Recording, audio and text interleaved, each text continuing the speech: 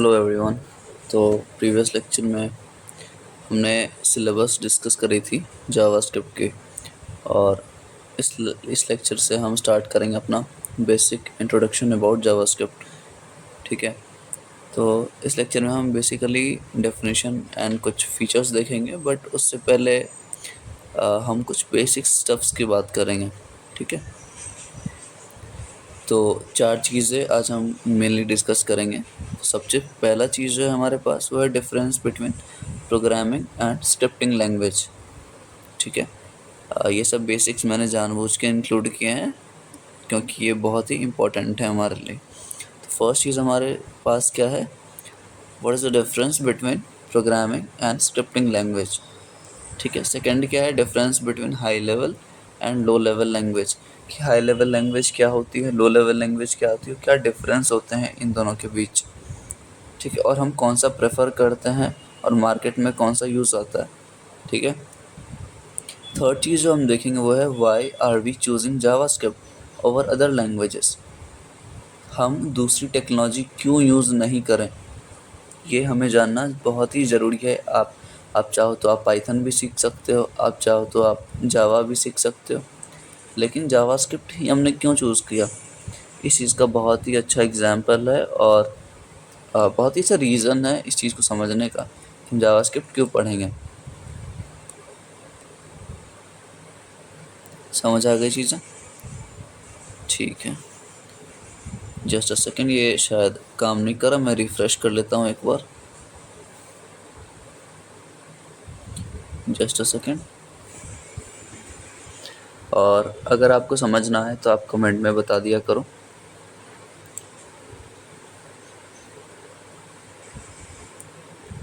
And ये starting videos ही हैं, I think अभी 10 15 या 20 लेक्चर तक थ्योरी ही पढ़ाऊँगा मैं। तो आराम से आप अपना टाइम निकाल के ये सब चीज़ पढ़ना, ऐसे जल्दीबाजी में बिल्कुल मत पढ़ना, और एटलीस्ट 6 मंथ्स तो लेके चलना कि जावास्क्रिप्ट को डेडिकेट करना है। ठीक है, हम इस चीज़ की बात कर रहे हैं। तो थर्ड चीज़ क्या हमने देखा कि why are we choosing JavaScript, JavaScript को क्यों पढ़ना है हमें। ठीक है, चौथी चीज़ जो है हमारे पास वो क्या है, चौथी चीज़ डेफिनेशन ऑफ जावास्क्रिप्ट। अब यहाँ से हम जावास्क्रिप्ट में एंटर करेंगे। ठीक है, यहाँ से हम जावास्क्रिप्ट में एंटर करेंगे, यहाँ से हमें देखनी है कि कैसे काम करती है जावास्क्रिप्ट, और फिर हम आगे इसको लेक्चर को कंटिन्यू करेंगे। ठीक है, फीचर्स ऑफ जावास्क्रिप्ट, अभी इन पांचों टॉपिक पे हमारा मेन फोकस रहेगा और ये लेक्चर इन्हीं पांचों चीज़ पे डेडिकेटेड रहेंगे। ठीक है, तो सबसे पहला जो मेरा एग्जाम्पल है, सबसे पहला जो मेरा टॉपिक है वो है difference between programming and scripting language. जो चलो इसको कवर करते हैं पहले हम। ठीक है, प्रोग्रामिंग एंड स्क्रिप्टिंग लैंग्वेज क्या होती है उसको कवर करते हैं। आ जाओ नीचे, ध्यान से समझना डिफरेंस क्या है प्रोग्रामिंग एंड स्क्रिप्टिंग लैंग्वेज में। मान के चलो ये मेरा एक प्रोग्रामिंग लैंग्वेज है। ठीक है, और दूसरा सेम जगह पे मेरे पास एक स्क्रिप्टिंग लैंग्वेज है। ये कौन सा है, ये है प्रोग्रामिंग एंड दूसरा है स्क्रिप्टिंग। ठीक है, मैं थ्योरी नहीं पढ़ाऊँगा, आप थ्योरी कहीं से भी पढ़ सकते हो, मैं प्रैक्टिकली इम्प्लीमेंट करके सारा कुछ दिखाऊंगा ताकि आपको लाइव एग्जांपल से समझ आए। प्रोग्रामिंग लैंग्वेज ऐसी लैंग्वेज है, ये एक ऐसी लैंग्वेज है जो क्या होती है, जो ध्यान से सुनो, जो कंपाइल होती है। ठीक है, एक ऐसी लैंग्वेज है जो कंपाइल होती है, एंड कंपाइल होने के बाद वो क्या होती है, एग्जीक्यूट होती है, मतलब रन होती है। रन बोल लो, एग्जीक्यूट बोल लो। और जो एग्जीक्यूट होती है ना, ये डॉट ई फाइल में होती है या फिर डॉट DMG फाइल, ये सब आपने अगर देखा होगा तो आपको पता होगी ये चीज़ें। फॉर एग्ज़ाम्पल DMG, ठीक है, ऐसा मान लो आप। इसका एग्ज़ाम्पल की अगर मैं बात करूं तो आप ऐसा लो, आप ऐसा लो कि मान लो आप कोई गेम इंस्टॉल करते हो, ठीक है, आपने कोई गेम इंस्टॉल किया, तो वो किस फॉर्मेट में आता है, वो .exe एग्जीक्यूटेबल फॉर्मेट में वो अपने को रिसीव होता है जब आप डाउनलोड या फिर इंस्टॉल करते हो तो, ठीक है। मतलब वो एक एग्जीक्यूटेबल कोड है, मतलब जो भी कोडिंग करके बनाई गई है वो गेम, वो एग्जीक्यूट होगा और हम फिर यहाँ से प्ले कर सकते हैं अपना गेम, ठीक है। तो ऐसी लैंग्वेजेस, वापस रिपीट कर रहा हूँ मैं, ऐसी लैंग्वेजेस जो कंपाइल होती है पहले, जो कंपाइल हुई है, कंपाइल होने के बाद वो एग्जीक्यूट होती है, ठीक है, एग्जीक्यूटेबल कोड में कन्वर्ट होती है, ऐसे लैंग्वेजेस को हम प्रोग्रामिंग लैंग्वेजेस बोलते हैं, ठीक है। इसका एग्जांपल की अगर मैं बात करूँ प्रोग्रामिंग लैंग्वेज की, तो आप ले लो सी, C++, जावा, पाइथन, कुछ भी ले सकते हो आप, कुछ भी, गो ले सकते हो, गोलैंग ले सकते हो, नोड, एक्सप्रेस, सारा कुछ ले सकते हो बैकएंड का।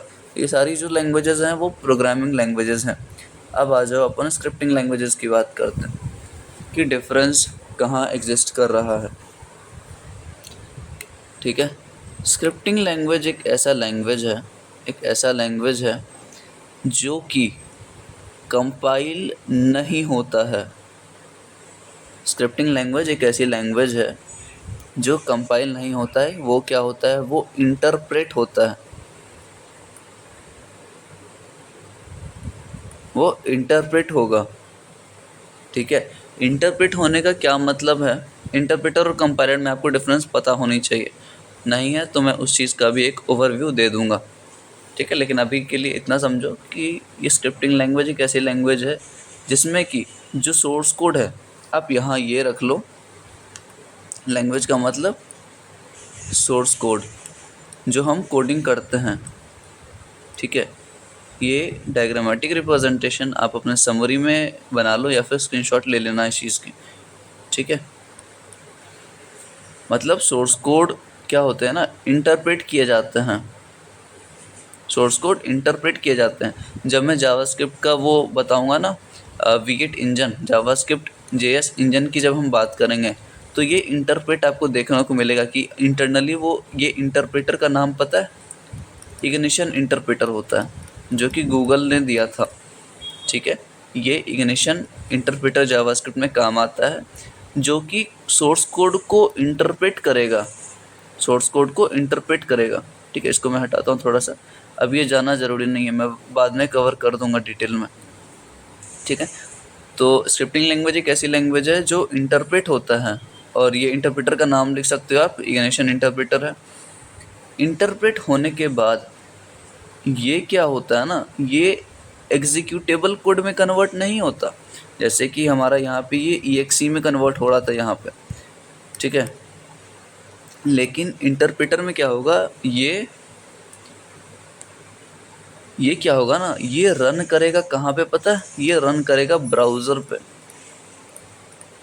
ये रन करेगा ब्राउज़र पे। समझ आई चीज़ें, मतलब कंपाइलर, देखो प्रोग्रामिंग लैंग्वेज क्या होती है, कंपाइल होती है सबसे पहले, उसके बाद एग्जीक्यूट होती है। लेकिन स्क्रिप्टिंग लैंग्वेज क्या होगी, सबसे पहले इंटरप्रेट होगी और ब्राउज़र पे रन होगी, ब्राउज़र पे रन हो रही है। अब यहाँ से फ्लो समझना, आप सोच रहे हो कि सिर्फ इसमें डिफरेंस बताऊँगा मैं, लेकिन नहीं, डिफरेंस के साथ काफ़ी चीज़ें मैं कवर करूँगा, ठीक है। तो अब आ जाओ, मैंने क्या बोला, ब्राउज़र पे इंटरप्रेट होके सोर्स कोड हमारा ब्राउज़र पे रन करेगा। तो ये रहा हमारा ब्राउज़र, ये रहा मेरे पास ब्राउज़र, मान के चलो मेरे पास ये क्रोम का ब्राउज़र है, ठीक है, मान के चलो ये क्रोम का ब्राउज़र है। अब ब्राउज़र, ये मैंने क्या दिया, यहाँ पे इंटरप्रेट होके आया मेरा कोड, मेरा सोर्स कोड था, मेरा सोर्स कोड था यहाँ पे, ठीक है। ये इंटरप्रेट होगा, इंटरप्रेट होके कहाँ रन करेगा, ब्राउज़र पे। लेकिन ब्राउज़र को ये जो कोड मैं दे रहा हूँ ये समझ आनी चाहिए, ये कोड जो मैं ब्राउज़र को दे रहा हूँ इंटरप्रेट होने के बाद, वो ब्राउज़र को समझ आनी चाहिए। ये आप फॉर एग्ज़ाम्पल आपने कोई सोर्स कोड लिखा अपने लैंग्वेज में, उसको इंटरप्रेट भी कर दिया, लेकिन ब्राउज़र आप दे रहे हो हिंदी में, ब्राउज़र को समझ आती है कोरियन, कभी समझ पाएगा ये नहीं। तो यहीं पे हमारा जो मेन है ना, कि मैं ये बताने की कोशिश कर रहा हूँ कि जैसे मान लो आपने सोर्स कोड दिया ब्राउज़र को, इंटरप्रेट होने के बाद ब्राउज़र को वो चीज़ समझ तो नहीं आएगी। तो ब्राउज़र में क्या रहता है, ब्राउज़र में रहता है हमारे पास एक चीज़ जिसको हम बोलते हैं जिसको हम बोलते हैं जिसको हम बोलते हैं जावास्क्रिप्ट इंजन। ठीक है, जिसको हम बोलते हैं जावास्क्रिप्ट इंजन। समझ आई अब? तो जावास्क्रिप्ट इंजन के बारे में हम डिटेल में बात करेंगे। अभी आप लोग इतना समझ लो कि जो ब्राउज़र रहती है हमारे पास, उसमें जावास्क्रिप्ट की इंजन होती है।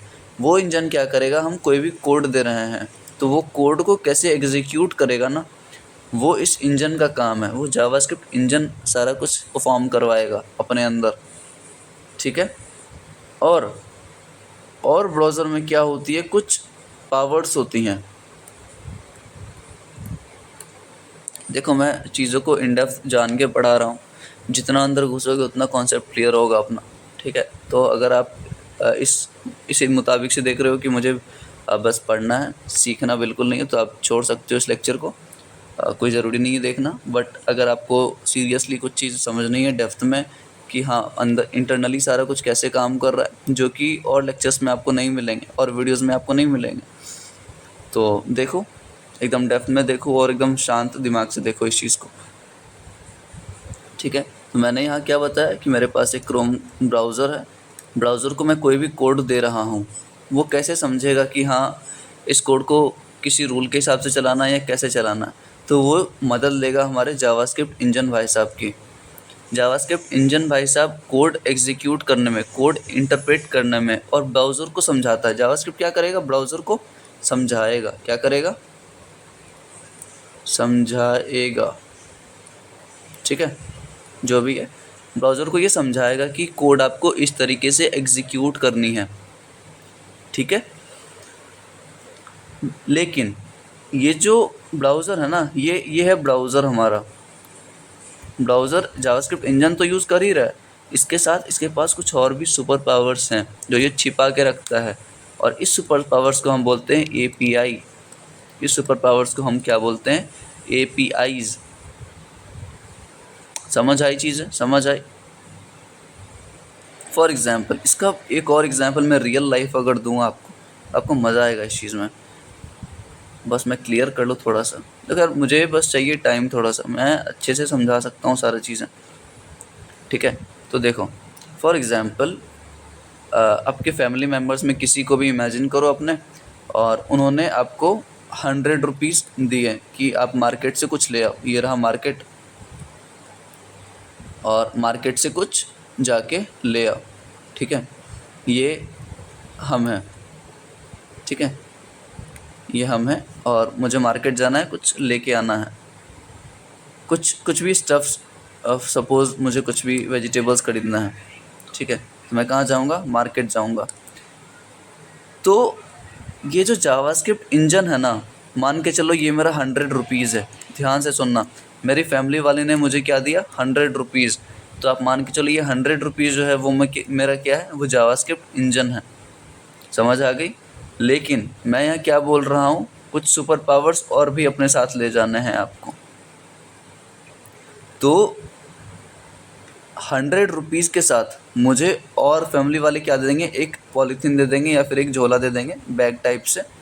ठीक है, एक बैग दे रहे हैं जिसमें कि मुझे सब्जी लाना है। ठीक है, मैं बोलने की ये कोशिश कर रहा हूँ, कंफ्यूज मत होना यहाँ पे, कि मेरे फैमिली वाले ने मुझे 100 रुपीज़ दिए। इसको मैं जावास्क्रिप्ट इंजन मानता हूँ कि पहले मुझे सिर्फ 100 रुपीज़ मिले थे। ठीक है, कि बाज़ार जाऊँगा और कुछ लेके आऊँगा। अब इसके साथ मुझे एक बैग मिल रहा है कि हाँ आपको जो भी लाना है आपको इस बैग में लाना है। ठीक है, तो यहाँ पे जावास्क्रिप्ट इंजन कौन सा हो गया, 100 रुपीज़ जो मुझे मिले, और बैग्स एक मेरी सुपर पावर होगी, मतलब एडिशनल फीचर हो गया मेरे पास, एडिशनल फीचर। तो अब जो मैं लाऊंगा ना, अब वेजिटेबल सिक्योर्ड रहेगा, जो भी मैं लाऊंगा वो सिक्योर्ड रहेगा, वो अच्छे से मैं ले आऊँगा। और पहले पता नहीं था, मैं हाथ में लाऊंगा या फिर पॉलीथीन में लाऊंगा, फट जाएगा वो पॉलीथीन, तो काफ़ी सारे दिक्कतें हो सकती हैं। तो अब मैं समझाता हूँ मेन कॉन्सेप्ट।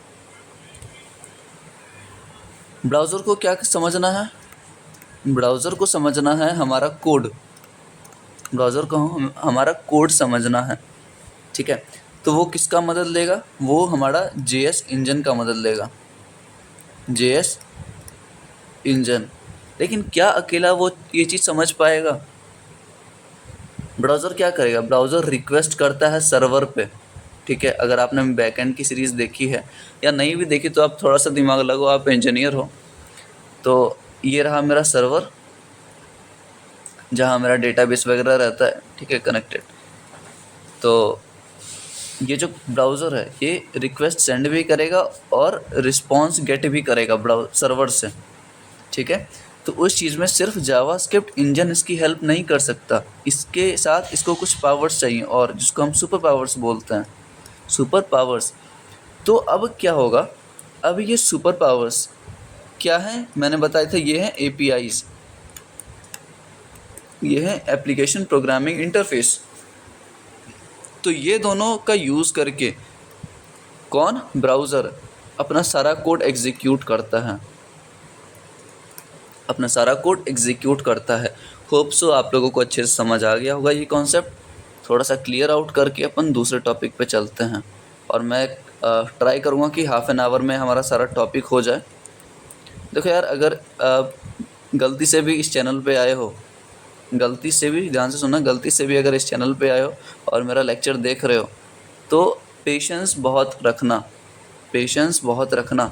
अगर आपको डेप्थ में चीज़ें देखनी है, सीखनी है, और मैं गारंटी दे सकता हूँ कि जितना डेप्थ में मैं पढ़ाऊँगा आपको कहीं और नहीं मिलेगी, क्योंकि मैं 10 रिसोर्सेज को एक जगह कंपाइल करके आपको पढ़ाता हूँ, ठीक है। तो बेकार की चीज़ें नहीं होंगी ऑब्वियसली। तो फर्स्ट चीज़ हमने देख लिया प्रोग्रामिंग लैंग्वेज स्क्रिप्टिंग लैंग्वेज में डिफरेंस। सेकंड चीज़ पे आ जाओ। सेकंड हमारे पास क्या है? सेकंड हमारे पास क्या है? Difference between high level and low level languages. चलो आ जाओ, वापस से बनाते हैं डायग्राम अपना, वापस से डायग्राम वगैरह बनाते हैं। तो ये रहा मेरे पास हाई लेवल लैंग्वेज, ये रहा मेरे पास लो लेवल लैंग्वेज। समझ आ गई? लेकिन मेन डिफरेंस दोनों में क्या है?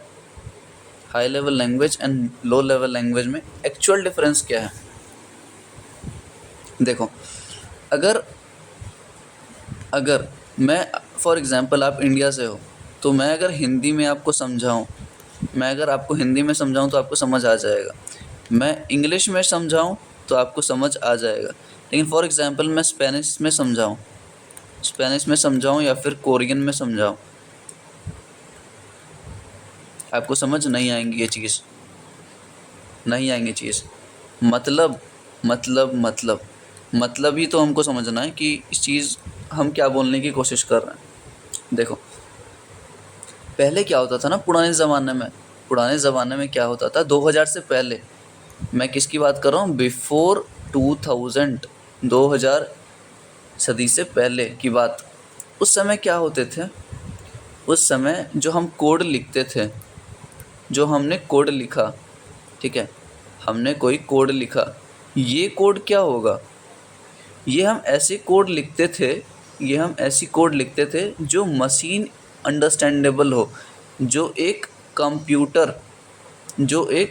कंप्यूटर को समझ आनी चाहिए, कंप्यूटर को समझ आनी चाहिए, ठीक है। और ये कंप्यूटर समझने के बाद वो चीज़ हमारा एग्जीक्यूट होता था। आप थोड़े से कंफ्यूज हो सकते हो इस पॉइंट पे, बट मैं वापस से इसको समझाता हूँ। पहले ज़माने में मैंने कोड लिखा। कोड कैसे लिखता था मैं? कोड, ये है मशीन कोड, ये है मशीन कोड। जो कोड मशीन को समझ आए उसको हम बोलते हैं मशीन कोड, ठीक है। तो मशीन के हिसाब से हम पहले अपना कोडिंग करते थे और वही चीज़ एग्जीक्यूट होता था। तो ऐसे लैंग्वेजेस को, ऐसे कोड को हम क्या बोलते हैं? हम क्या बोलते हैं? लो लेवल लैंग्वेजेस या लो लेवल कोड, ठीक है। ऐसे लैंग्वेजेस को हम लो लेवल कोड बोलते हैं या फिर लैंग्वेज बोलते हैं। समझ आ गई इतनी चीज़ें? अब आ जाओ आगे। हाई लेवल लैंग्वेजेस क्या होती है? हाई लेवल लैंग्वेजेस ऐसी लैंग्वेजेस होती हैं जिसमें कि अब मान के चलो मैंने एक कोड लिखा, ठीक है। ये मैं किसके हिसाब से लिखूँगा? ये मैं ह्यूमंस के हिसाब से लिखूँगा। ये मैं ह्यूमंस के हिसाब से लिख रहा। पहले किसके हिसाब से लिख रहा था मैं? ये मेरा कोड था, पहले मैं मशीन के हिसाब से लिख रहा था कि मशीन को समझ आनी चाहिए। अब मैं लिख रहा हूँ कि ह्यूमन को समझ आनी चाहिए। समझ आ गई? तो पहला डिफरेंस यही है कि हाई लेवल लैंग्वेजेस ऐसे लैंग्वेजेस हैं जो ह्यूमन अंडरस्टैंडेबल हैं, और लो लेवल लैंग्वेजेस जो हैं वो ह्यूमन अंडरस्टैंडेबल नहीं हैं। समझ आ गई चीज़ें? ठीक है, ठीक है। अब देखो, ये पहला डिफरेंस आप लिख लेना, ये इन दोनों का समरी, ठीक है। इन दोनों का जो भी मैंने समझाया उसका समरी बना के आप लिख लेना। आगे बढ़ते हैं, आगे बढ़ें, आ जाओ। सेकेंड चीज़ें जो हम देखेंगे, सेकेंड डिफरेंस जो है इन दोनों के बीच में, high level and low level languages के बीच में, वो ये है कि पहले क्या होता था। पहले मैंने बताया कि कंप्यूटर को समझाने के लिए हम अपना कोड लिखते थे। तो पहले जो हम कोड लिखें, जो हमने कोड लिखा वो किसके लिए लिख रहे हैं? वापस मैं ड्रॉ कर रहा हूँ, कंप्यूटर के लिए लिख रहे हैं, ठीक है। अब मेन पॉइंट ये है कि जो हम कोड लिख रहे हैं, जो कोड हमने लिखा है यहाँ पे, उस कोड को रन करने के लिए जो मेमोरी चाहिए, ध्यान से सुनना, इस कोड को रन करने के लिए जो भी मेमोरी चाहिए हमें, ठीक है, जो भी रैम और रोम का खेल है, ठीक है, मतलब जहाँ पे भी रैंडम एक्सेस मेमोरी चाहिए, मेमोरी एलोकेशन करना है मुझे, ठीक है। सुनो ध्यान से, मेमोरी एलोकेशन, जहाँ पे भी मुझे मेमोरी एलोकेट करनी पड़ेंगी। समझ आई? तो ये चीज़ मेरा मैनुअल था। मैनुअल मतलब मशीन डिसाइड नहीं करेगा कि मुझे कितना मेमोरी देना है इस कोड के लिए। समझ आई चीज़ें? मतलब वापस मैं समझाऊँगा, अगर वापस से मैं समझा रहा हूँ कि पहले जो मैं कोड लिखा मशीन के लिए, ये है मशीन, मेरा लैपटॉप है, तो लैपटॉप ये डिसाइड नहीं करेगा कि कितना इस कोड के लिए मुझे मेमोरी एलोकेट करनी है। मान लो ये 2 MB ले रहा है, तो 2 MB कहाँ लेगा, किस मेमोरी पे लेगा, ये कंप्यूटर डिसाइड नहीं करेगा, ये हमें डिसाइड करना है। ये हमें डिसाइड करना है। मेमोरी एलोकेशन जो करेंगे वो हम करेंगे, मेमोरी एलोकेशन हम करेंगे। समझ आई? मेमोरी एलोकेशन हम करेंगे। लेकिन सेम चीज़ अगर हम हाई लेवल लैंग्वेजेस की बात करें, तो यहाँ पे हम जो कर रहे हैं, जो लिख रहे हैं, वो कोड वो ह्यूमन अंडरस्टैंडेबल है,